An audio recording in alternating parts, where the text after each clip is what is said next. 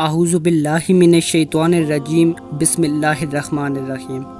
अस्सलामु अलैकुम दोस्तों, क्या हाल है आप सबका। उम्मीद करता हूँ कि आप सब खैरियत से होंगे। दोस्तों, आज मैं आपको कुछ पॉइंट्स बताऊँगा जिनकी वजह से घर में गुर्बत आने के असबाब पैदा होते हैं। तो वीडियो स्टार्ट करने से पहले अगर आपने हमारे इस चैनल को अभी तक सब्सक्राइब नहीं किया तो इसे जल्दी से सब्सक्राइब कर लें और साथ बेल आइकन पर क्लिक कर दें ताकि हर नई आने वाली वीडियो की अपडेट आपको मिल सके। तो चलिए मैं आपको बताता हूँ।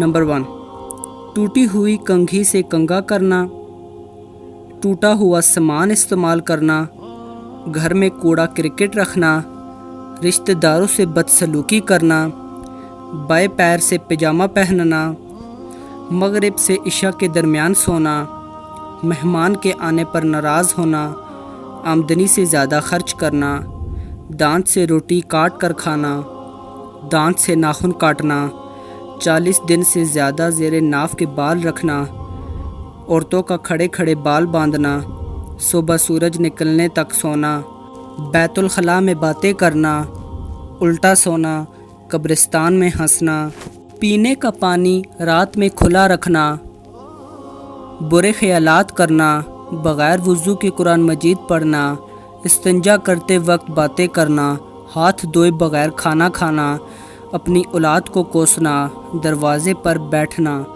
लहसुन या प्याज के छिलके जलाना, फ़कीर से रोटी या फिर कोई और चीज़ ख़रीदना, बिस्मिल्लाह पढ़े बग़ैर खाना, जूता या चप्पल को उल्टा देखकर उसे सीधा ना करना, रात को झाड़ू लगाना, अंधेरे में खाना, खड़े होकर पानी पीना, कुरान मजीद ना पढ़ना। दोस्तों, ये चंद ऐसी चीज़ें हैं जिनके करने से गुर्बत के असबाब पैदा होते हैं। दोस्तों, ये थी आज की वीडियो। अगर आपको वीडियो पसंद आई हो तो इसे लाइक करें, शेयर करें और कमेंट करें। अगली वीडियो आने तक अपना ख्याल रखिएगा। Thanks for watching. खुदा हाफिज़।